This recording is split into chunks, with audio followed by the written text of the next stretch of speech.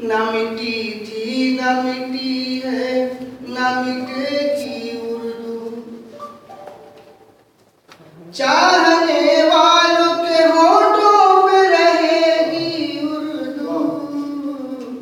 न मिटी थी न मिटी है न मिटेगी उर्दू।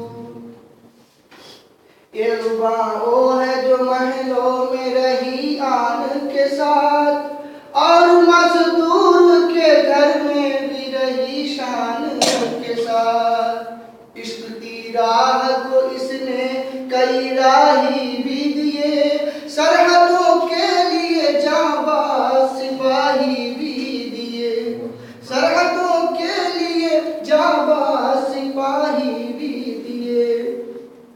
जज्बाए जंग को सीनों में जगाया इसने, अपने भारत को गुलामी से छुड़ाया इसने। न मिटी थी न मिटी है न मिटेगी उर्दू।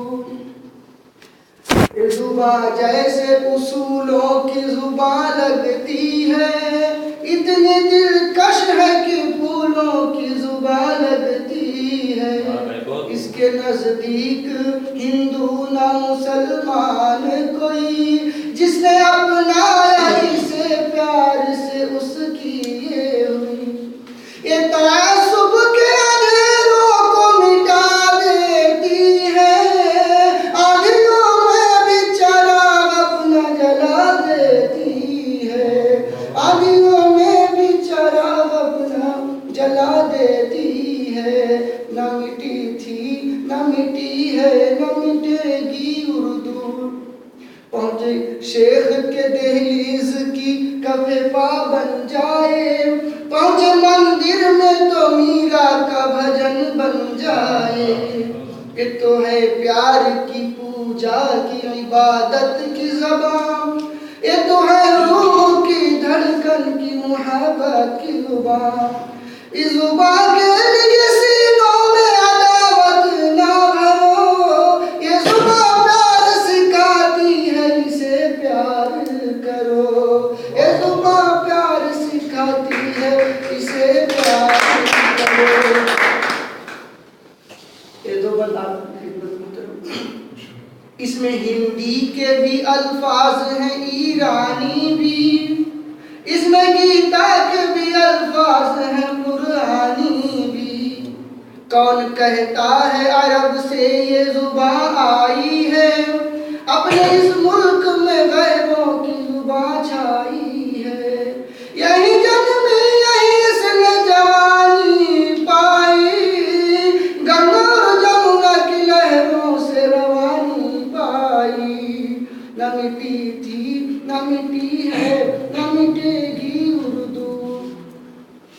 जिस तरह भी रहे इसको तो यहीं रहना है, हमको उर्दू के हरीफों से यही कहना है। अपनी तहजीब को संसार में रुसवा ना करो, यानी उर्दू को मिटाने का इरादा न करो, यानी उर्दू को मिटाने का इरादा न करो। अपनी पगड़ी को उछाला नहीं जाता लोगों, घर से बेटी को निकाला नहीं जाता लोगों। अपनी पगड़ी को उछाला नहीं जाता लोगों, घर से बेटी को निकाला नहीं जाता लोगों। चाहने वालों के होठों पे रहेगी उर्दू। न मिटी थी न मिटी है न मिटेगी उर्दू।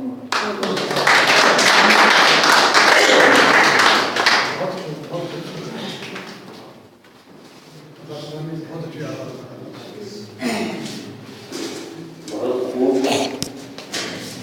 यूं मुस्कुराएगी जान सी कलियों में पड़ गई, यूं मुस्कुराएगी जान सी कलियों में पड़ गई, यूं लब खुशा हुए की गुलिस्तां बना दिया। वक्त के सितमगर से मेरी जंग रहती है, बेसबब किसी से हम दुश्मनी नहीं करते। बेहतरीन अंदाज में बेहतरीन ख्यालात पेश कर रहे थे।